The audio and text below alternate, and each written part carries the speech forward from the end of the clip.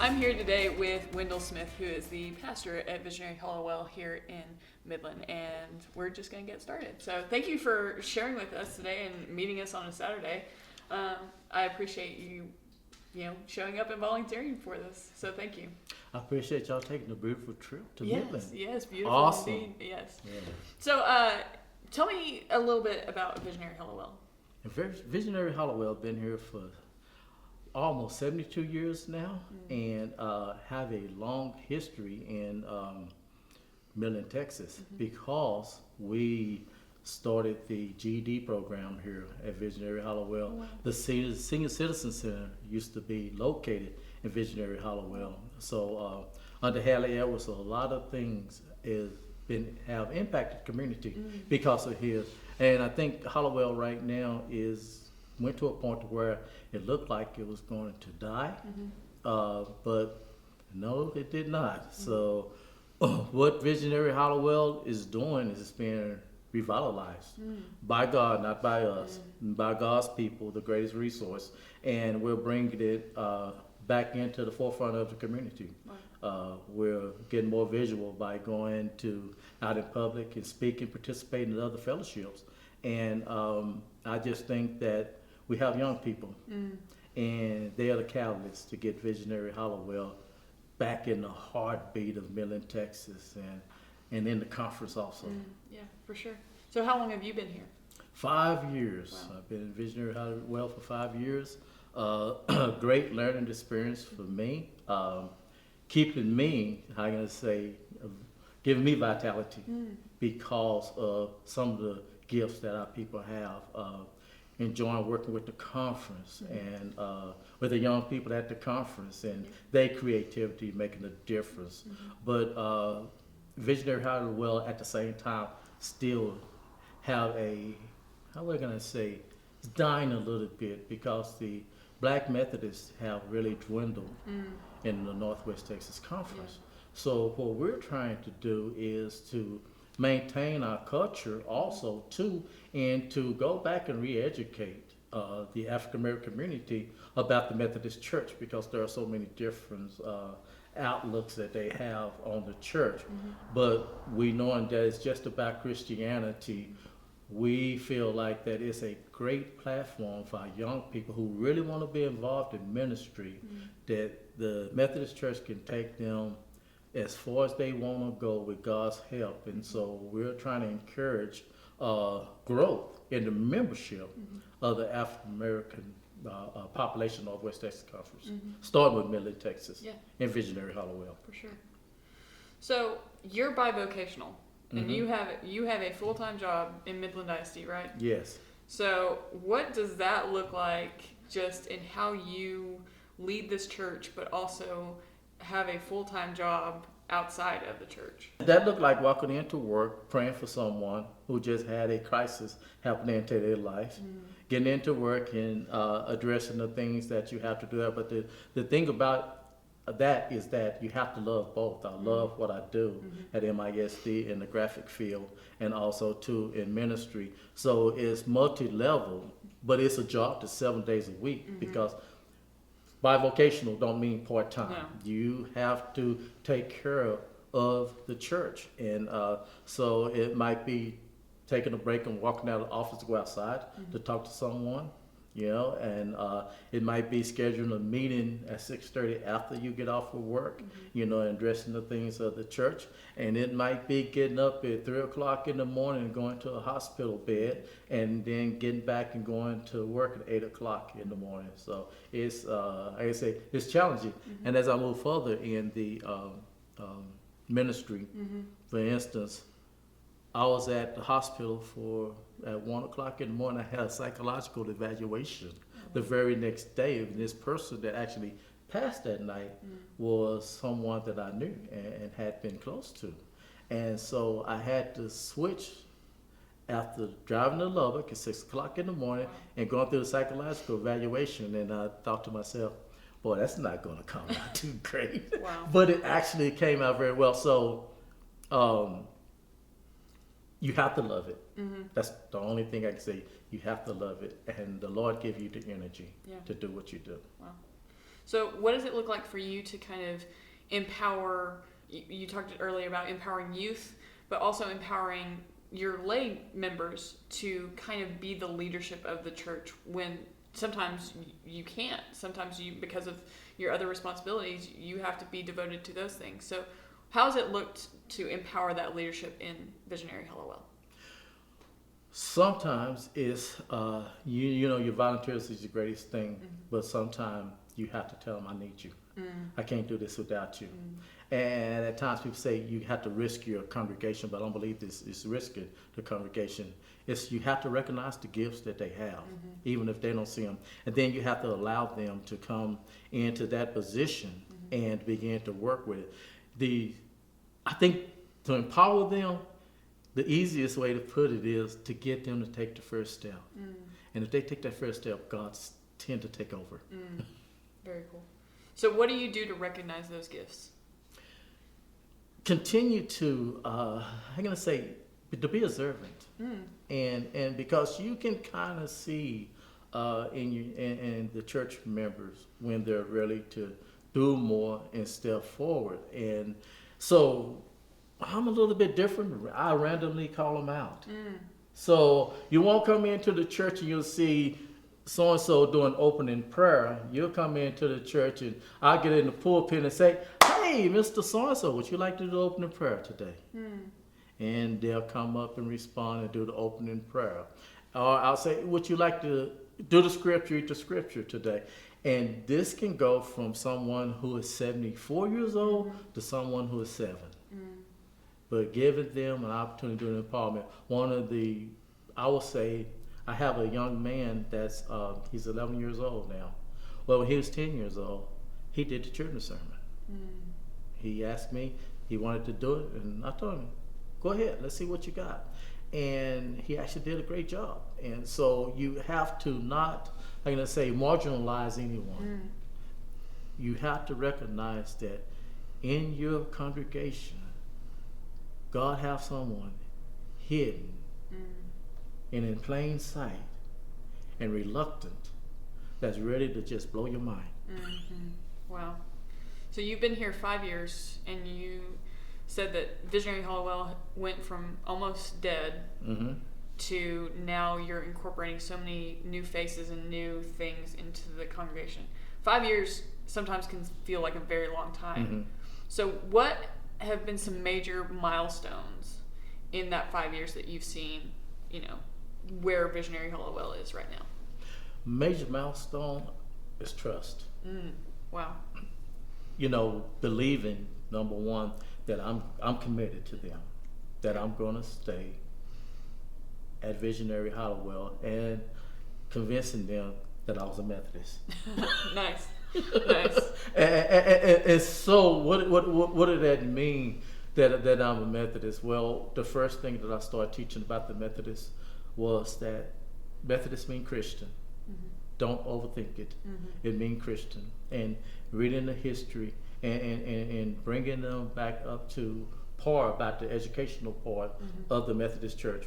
Me and my wife went through every training the first year that there was to reconnect with the Methodist Church. And I actually was revitalized because I love the dynamics. And so we brought that back to Hollowell and to saying, number one, this is not an old thing. This is a new thing. And so some of the milestones, I think, number one is we brought in more members. And we brought in members who was ready to work, you know, members with different backgrounds, realtors, plumbers, all different kind of backgrounds, and was able to incorporate them into the ministry, and not by our hands, but by God's hand. It just seemed like everything, I take no credit for it, because when we replaced the doors, we looked like a church that, it was to keep everybody out. That's exactly how it looked. So the first thing that we decided to do, we was going to replace and get glass doors. And again, we had pews. I replaced the pews not because, we have to remember in church, not because today we did not want the pews. It was dangerous. You stand up on them and they will move. And so it was a safety issue. So it gave an opportunity to make that move and to upgrade. And the same thing with the doors for safety. When someone's on the other side of the door and you can't see them, you have no idea who it is till you open the door.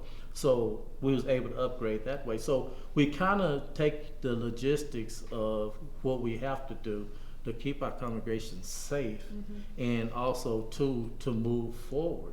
And Russ David before had the PowerPoint, the electronics, and with me being in the graphic background, I think I brought that also too. We can put the songs up on the screen. And so the whole change of dynamics, to sum it up, we dance now. Because we have young people from the ages of 11 to the highest is 18 right now. And one time they was dancing when they was singing, and someone said to me, "Hey, they're dancing." And I said, "Learn how to dance, because we're dancing for God." So I think that that's the dynamics you have to get to. Number one, get them out of bondage of the religion, and then get them into relationship with Christ. And then you feel like dancing again. And Hollowell is dancing. That's awesome. What does it look like to rebuild that trust with your neighborhood? Because you very much are a neighborhood church, and so what does that look like just in that process of coming from almost dead to rebuilding trust in your own congregation and then rebuilding that in the community? I think what we have to do is get more in touch with our neighborhood, because I think from the past, we would kind of come in here and close the doors and close ourselves off. We, with the garden and things outside the church that we're doing, is getting more attention from the neighborhood. And so people are coming, just being curious about what's going on. And because it's life back at Hollowell, that part we need to do more outreach. And as you were saying, empowering the people to really let them recognize it's not about us. It's about those that's around us, and about the Lord saving souls, and then making disciples of men. So our neighborhood, we still contacting that neighborhood. Back what I was saying, they had to earn my trust. The neighborhood also too had to gain, not earn my trust, but gain my trust, and that we're going to be here. Yeah. Wow. So what is the vision for Visionary Hollowell going forward for the next 5 years? What are your big goals for the next few years? My biggest goal for Visionary Hollowell is that we will plant 3 churches out of this congregation. Wow. That's my biggest goal. I want to be a pioneer. I want to be a church planter. I don't just want to increase the African American membership. I want Hollowell to plant church. Wow. And I just believe that the Lord is going to send people here, that's already here and through here, that will go out and plant churches in this community, because I think it's vital.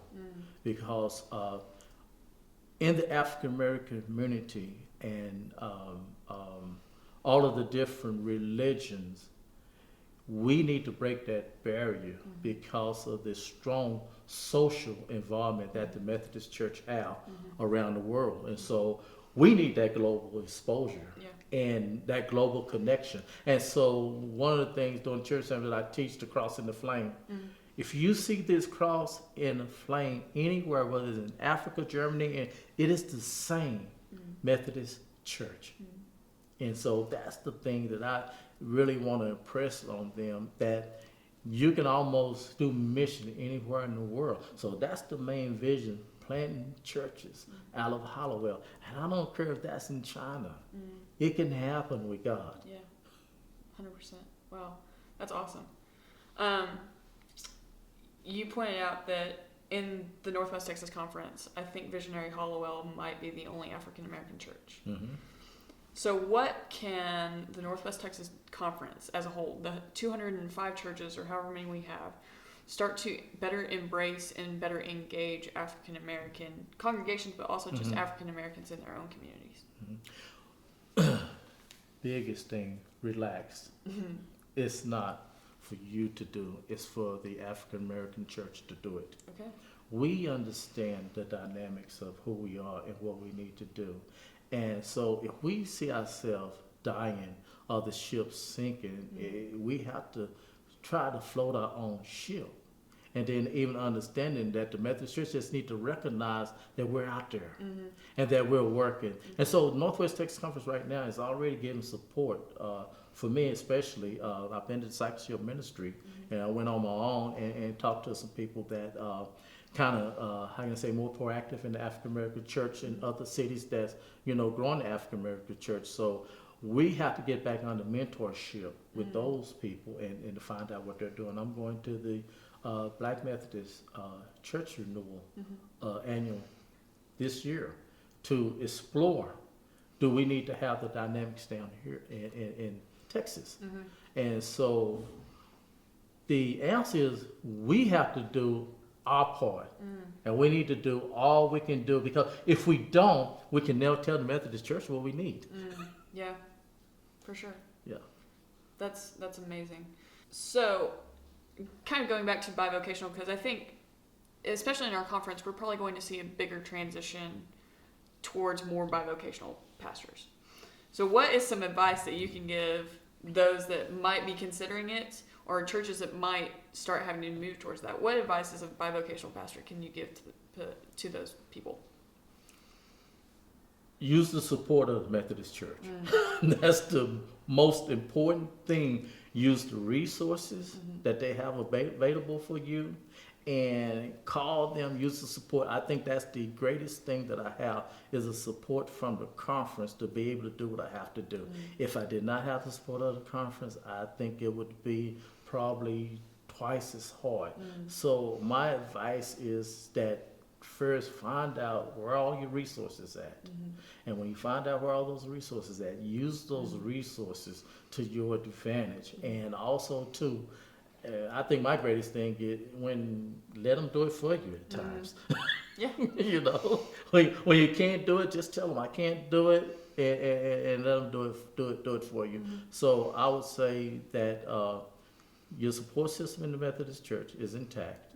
The resources is just vital, and so you have to use those resources. And then most of all, love your church and your congregation. Take care of them in the best of your ability. Be hot, be honest, open, and transparent, and let them know that we're doing this together. Wow. Well, I know we're incredibly excited about what's happening at Visionary Hollowell, and we're so thankful for you and for your willingness to share with us, and we're just so thankful for your ministry and for who you are for us as a conference, because we love getting to experience you and getting to just be a part of your life. And so we're just so thankful for you taking the time today, and so grateful for you. So thank you so much. All right, thank you.